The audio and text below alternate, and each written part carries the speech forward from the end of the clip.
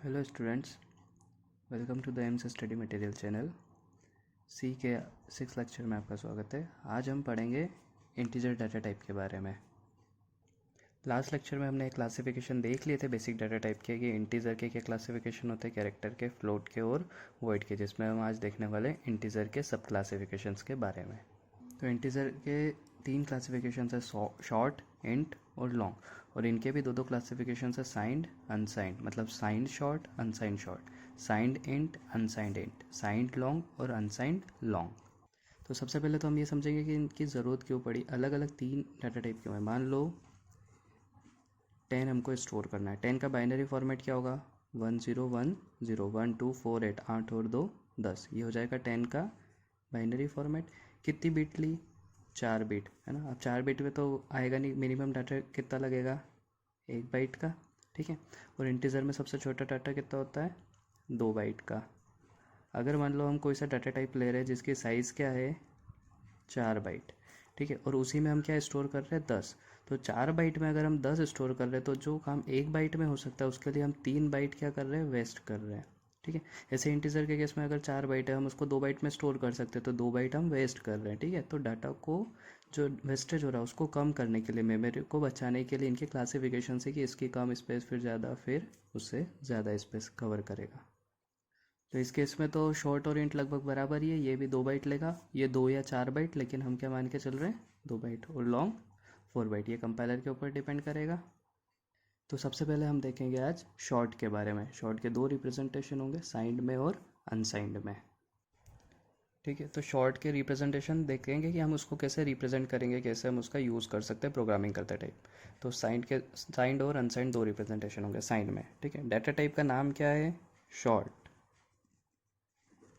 ठीक है। एक वेरिएबल का नाम हम ले लेते हैं ए, तो हम केवल ऐसे भी डिक्लेयर कर सकते हैं केवल शॉर्ट ए, तो इसका मतलब ये है शॉर्ट और इंटीजर ए, ठीक है। साइंड, अगर एक और चीज़ कि साइंड और अनसाइंड अगर हमने नहीं लिखा तो बाय डिफ़ॉल्ट कौन सा होगा? साइंड, ठीक है। कैसे साइंड?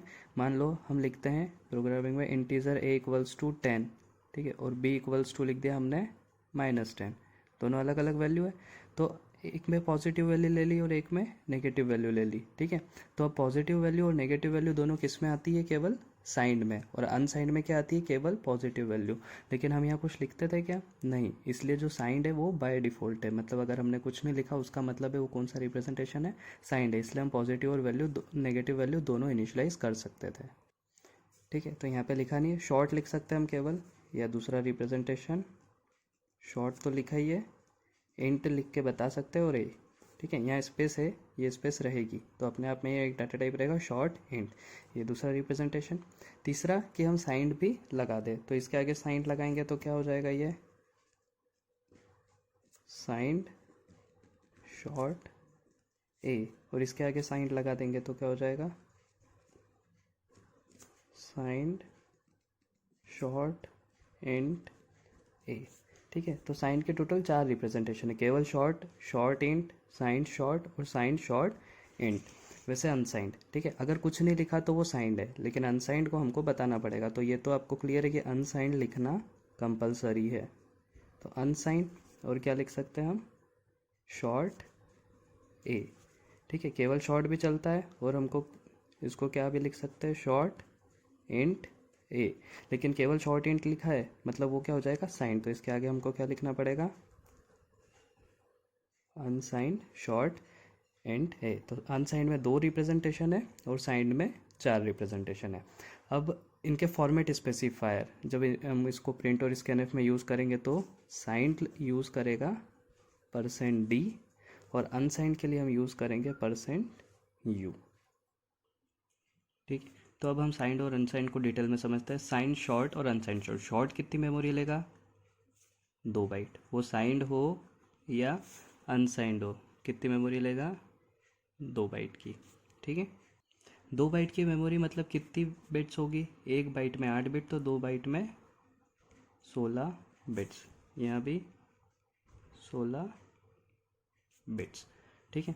अब 16 बिट्स और हर एक बीट पे 2 वैल्यू आ सकती है, 0 और 1, तो टोटल कितनी लेंथ होगी, कितनी स्पेस ले सकता है? 2 की पावर 16, ठीक है। तो 2 की पावर 16 टोटल कितना होता है? 65,536।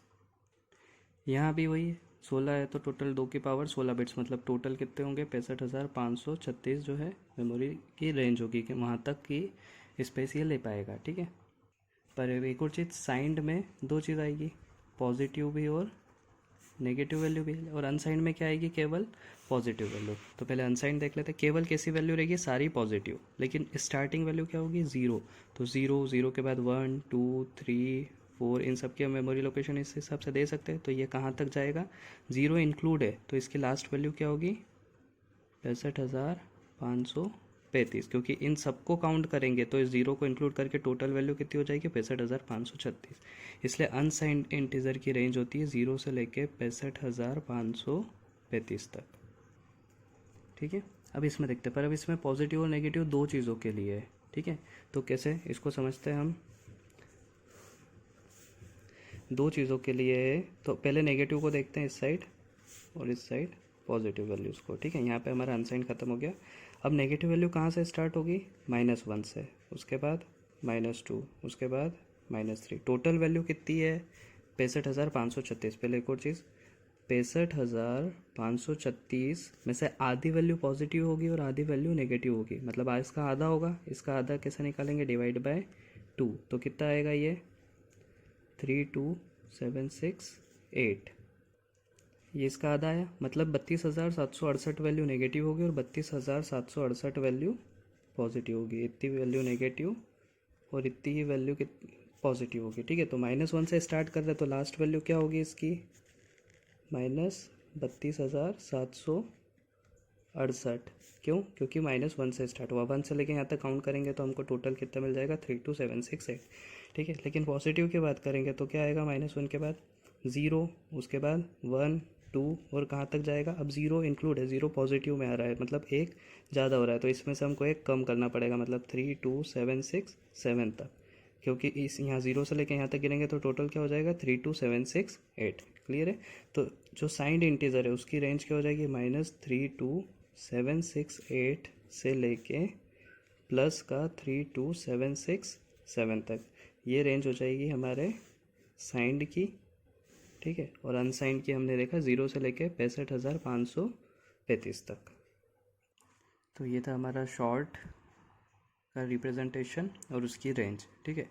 अब ऐसे ही देखते हैं इंट का रिप्रेजेंटेशन। इंट के भी दो रिप्रेजेंटेशन होंगे, साइंड में और अनसाइंड में। इंटीजर लिखना तो कंपलसरी है, ठीक है। अब इंटीजर ए, एक रिप्रेजेंटेशन ये हो गया। दूसरा रिप्रेजेंटेशन क्या होगा, इसके आगे हम क्या लिखते हैं, साइंड इंट ए। बस दो ही रिप्रेजेंटेशन हो सकते हैं, ठीक है। वैसे अनसाइंड में कितने होंगे, अगर हमने केवल इंट लिखा, मतलब अगर कुछ नहीं लिखा है, मतलब क्या हुआ, साइंड या अनसाइंड, साइंड, तो वो तो ये हो ही गया है, तो इसलिए हमको उसके आगे अनसाइंड लिखना कंपलसरी है। तो अनसाइंड इंट है, और कुछ रिप्रेजेंटेशन होगा क्या, नहीं। तो साइंड के इंटीजर में 2 और अनसाइंड में 1 रिप्रेजेंटेशन। अब इसकी इंटीजर की भी हम 2 बाइट मेमोरी लेके चल रहे हैं, तो जैसा हमने शॉर्ट पढ़ा सेम वैसा हो जाएगा। जैसे हमने साइंड शॉर्ट लिखा था, ऐसे साइंड इंट और अनसाइंड इंट हो जाएगा। 2 बाइट लेगा, वो भी 2 बाइट लेगा, 16 बिट्स 16 बिट्स। टोटल उसमें भी मेमोरी लोकेशंस कितनी होगी, 65,536, ठीक है। तो साइंड में फिर 2 बार उसके डिवाइडेशन होंगे, पॉजिटिव वैल्यू और नेगेटिव वैल्यू के, पॉजिटिव वैल्यू और नेगेटिव वैल्यू दोनों में आपने हाफ हाफ करा था, तो 32768 आया था। 32768 पॉजिटिव वैल्यू हो जाएगी और 32768 नेगेटिव वैल्यू। नेगेटिव वैल्यू कहाँ से आएगी, -1 से लेके -32768 तक, और पॉजिटिव वैल्यू 0 से लेके 32767 तक। और अनसाइंड में सारी पॉजिटिव वैल्यू, टोटल 65,536, 65,536, तो 0 से लेके 65,535 तक की रेंज होगी। ये भी इंटीजर में ही, क्योंकि हम कितनी बाइट लेके चल रहे हैं, 2 बाइट। हमारा कंपाइलर कितना कंसिडर करेगा इंट का मेमोरी स्पेस, 2 बाइट। तो यहाँ भी सेम रेंज होगी, ठीक है। तो यहाँ भी वही रेंज होगी, -32,768 से 32,767, और 0 से लेके 65,535।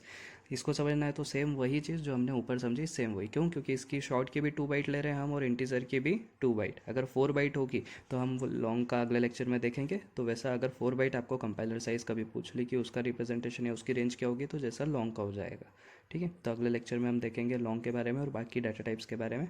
Thank you.